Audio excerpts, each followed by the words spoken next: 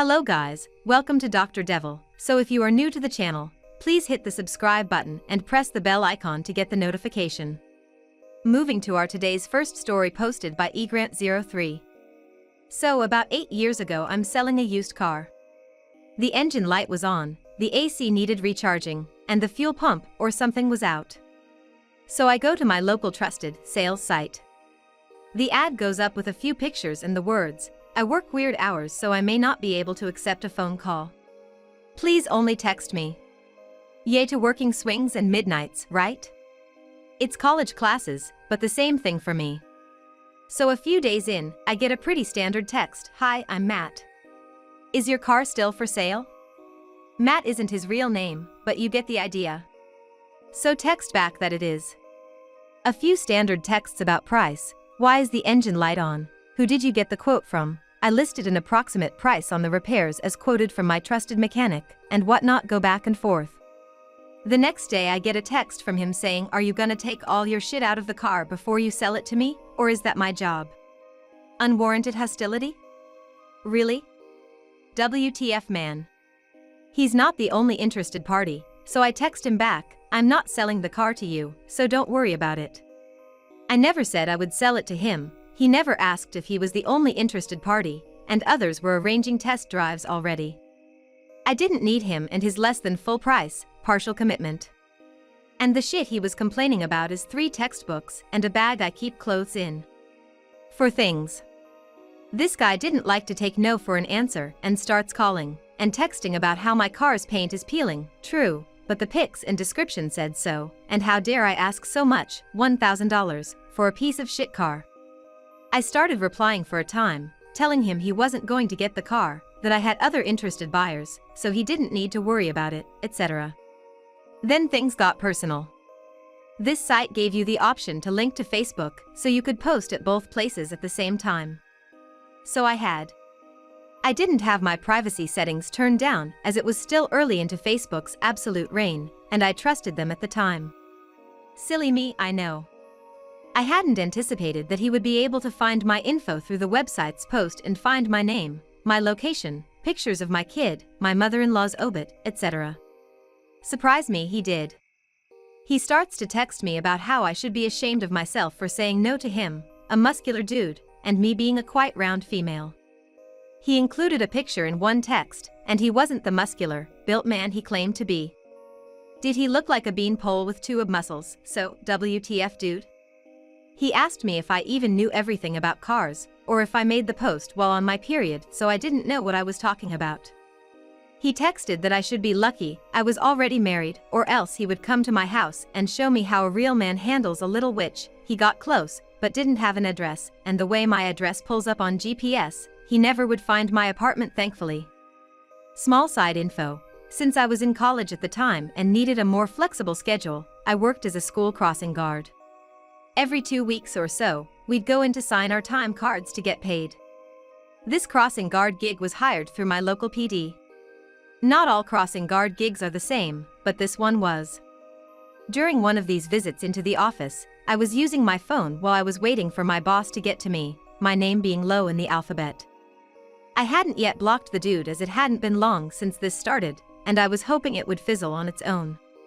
I didn't check my phone in class, choosing to turn it off to avoid adding on it the entire day, and I was often flooded with several hours of texts all at once. What I saw on my phone drove me over the cliff. He started texting about pictures I had posted on Facebook about my 8 or 7-year-old son. He had just majorly crossed the line. The cleanest version of his texts included things like, "Your kid is just as ugly as you are. I hope you don't plan on him leaving home to get a wife anytime soon." And how a smudge of dirt on his face from a day at the zoo looked like I beat him. "I didn't sell you a car and you're taking out your rage by threatening to molest me and accusing me of beating my kid? Oh hell no."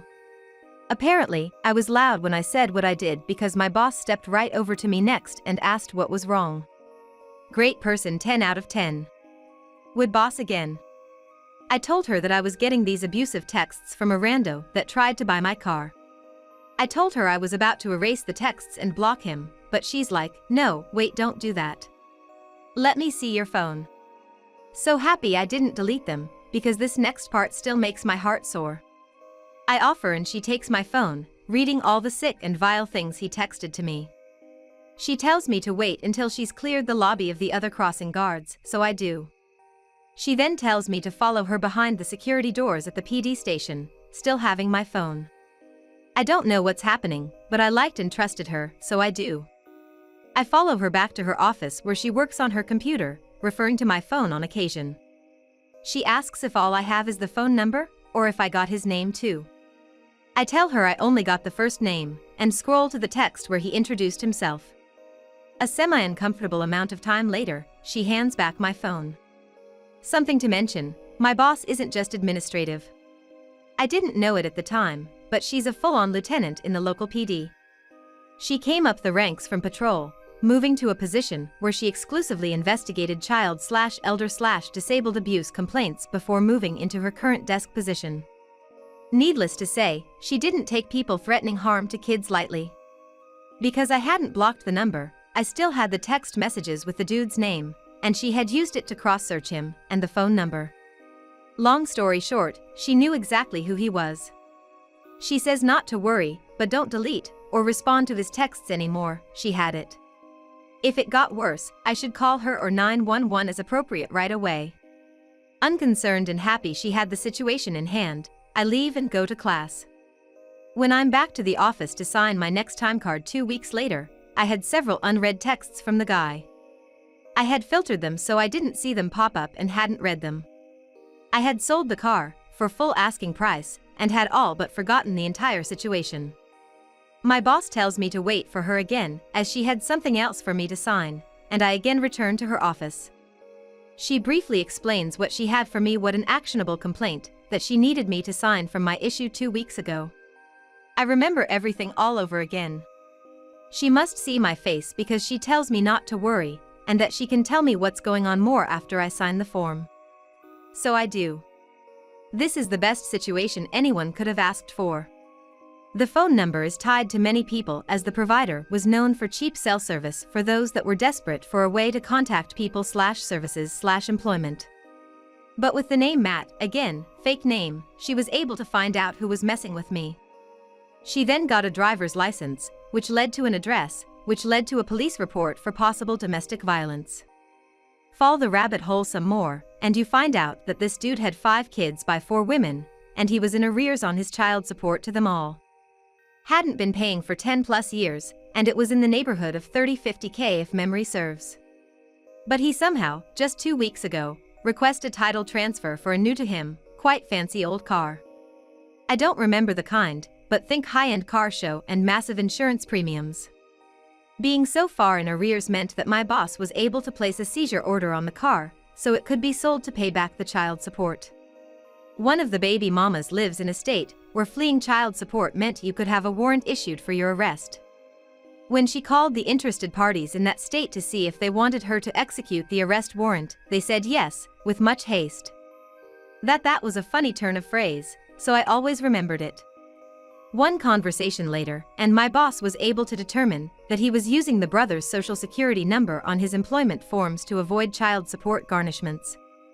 This is all sorts of illegal, so she notified the guy's HR department so it could be corrected. They informed her he would be fired for fraudulently submitting false documents. She then told me that about 4 days ago, she had executed the warrant on the dude for felony child abandonment, and that the state he was to be held for was already en route to pick him up. It carried an 8 to 12-year sentence, and he still had to pay his back child support. I could have dealt with the comment, I could have dealt with the not taking no for an answer, even dealt with the cyberstalking, a little. But, when your twisted mind okays you to bring my kid into the picture, you did cross the line. If you would have stopped at no, you wouldn't be in jail right now. TLDR, guy trying to buy my car makes a rude comment to me so I won't sell to him. He can't take no for an answer, so he cyberstalks me and threatens my young child. Doesn't realize my boss is a lieutenant in the local PD, ends up getting a high-end car repoed for 50K-ish in back child support. He now has a felony record and is currently sitting in jail. Here are some comments. First comment by MX Racer 111. Unintentional nuclear. This is incredible. I can't help but think karma is real when I see things like this. People who act like this eventually piss off the wrong person. Second comment by Belair. Holy crap, a pro-revenge post that's truly pro. Looks like the guy got what was coming to him from you and the whole lot of baby mamas. Great boss. Third comment by Toffertanium. This was a beautiful read for waking up to. I'm so glad it worked out so awfully for that guy. As a fairly non-violent person, I can't imagine what I'd do if someone were such a threat to my children. Fourth comment by Smash Teapot. What delicious revenge.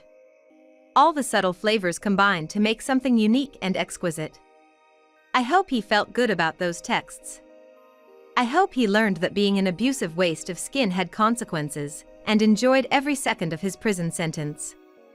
I'm imagining he caught hepatitis in jail, and ended up dying of liver failure just a few weeks after finally getting out, penniless and alone. Now moving to our final story posted by Chicken Fashion Show. To start, I bought a house to do a flip. When I moved in, the self-appointed block captain let me know who they were the first day. Sadly, they were my next-door neighbors. I tried to be friendly, but listening to them I realized how horrible they were and tried to keep still being civil. My significant other kept saying just wait for it to be our turn. They bragged about, though, their contracts with the city, forcing people to make improvements on their houses, getting undesirable renters out of the houses, and just harassing people in general. As I worked on flipping my house, the wife became a worse thorn in my side. To start, she demanded I put up a fence so people would quit cutting through my yard and scaring her. Then, she and the husband demanded I take care of the weeds in the yard, or they will do it and bill me. After that, a storm tree scraped their shingles, and they asked for $1,200 to replace them. The tree was there before I moved in, and by the code, they are responsible to cut back the branches to the property line. When I wouldn't pay, they had a relative jump my fence and cut the trees down. Needless to say, I began to ignore them, so she became a constant gnat and moved on to another target. Then one day, as I was tearing down my deck for a patio, I realized she put a feral cat colony on a section of my property. I had wondered why all the stray cats were around, and I finally found out. I reached out to the city and demanded it is removed, but they said she followed the law on getting it in place. As I tried to get it to shut down, she began unhinged behavior, from standing in her windows staring at me, yelling out the window at me, to hitting the fence with items to scare my dog. Here my revenge started. I started by filing an HRO/harassment restraining order against the wife, and had it granted ex parte with the evidence I provided, or course she contested, as it was defamatory to her character.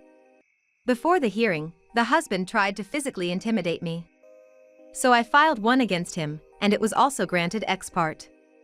In the hearing, it came up that there was an HRO against the husband as well. They dogged being served until I had it published as a means of service. I started to make complaints about them and their house. Also, I made police calls when necessary. As I did this, the other neighbors began to realize they could do to them what they had done to them and others. For example, as I was having my front door replaced, needing a building work permit. I knew they were doing internal remodeling, so I called a city inspector, and they were fined for not having permit. As she ranted at the inspector, he looked at my window and saw I had mine displayed. Their back porch became hoarded, so I made another call to a city inspector, and they had to clear it out. Then they had a broken window on the porch door, so I called an inspector, and they had to replace the door.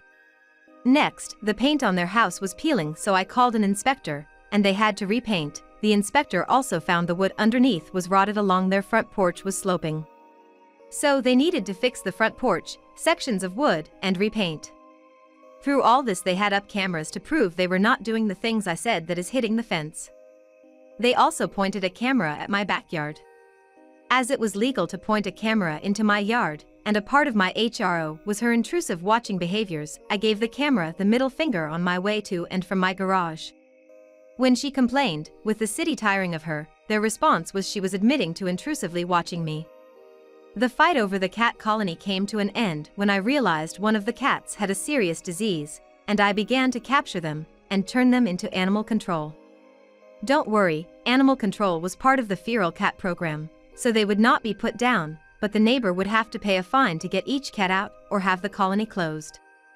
Finally, I caught the sick one and it had rabies. Part of the program was for her to capture each new cat, have it vaccinated. Something she admitted to willing not doing on her GoFundMe for the colony.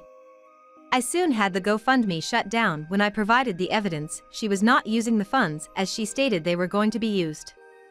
The city now had to act to close the colony. The person at Animal Control who wouldn't respond to my complaints was fired. The neighbors called in a city mediator, who we met with, presented all the evidence, and said we would not meet with them, and provided extremely racist tweets they made about neighbors. The city cut ties with them as community leaders. With their power to bully gone, and having spent what I can only imagine in fines and repairs like they did to numerous other neighbors. After 14 years they sold their house and moved out, way out to the suburbs where they only have one neighbor about 50 yards away. They knew I was wrapping up my flip and would be out in less than a year. Without being able to bully their neighbors, with people having their back, they seemed to have no further reason to stay. Needless to say, I did several more things to wear them down. Finally, when I listed my house, it was sold while theirs was still on the market. As a final duck you to them, I reported to the county they had both the new and old house listed as their homestead, meaning they were paying less in property taxes, so they got hit in with more fines on my way out. Here are some comments. First comment by _SpongeBrain. This ticks every box on the how to legally duck with a public nuisance neighbor, and I love it. Second comment by Hereforthagos. I love this. OP, you are a legend. And as for them, they made their bed, hope they enjoy lying in it. Third comment by Are You Sure? This is a good one. I tortured my neighbors the same way they had been torturing our other neighbors. All the problems they caused were extinguished in less than a year. Fourth comment by Curlin Rondo. This is the most satisfying thing I've read in a long time. Thank you guys for watching this video. I hope you enjoyed the video. If you liked it, please don't forget to hit the like button and comment below. If you don't want to miss such more videos, please don't forget to subscribe to us.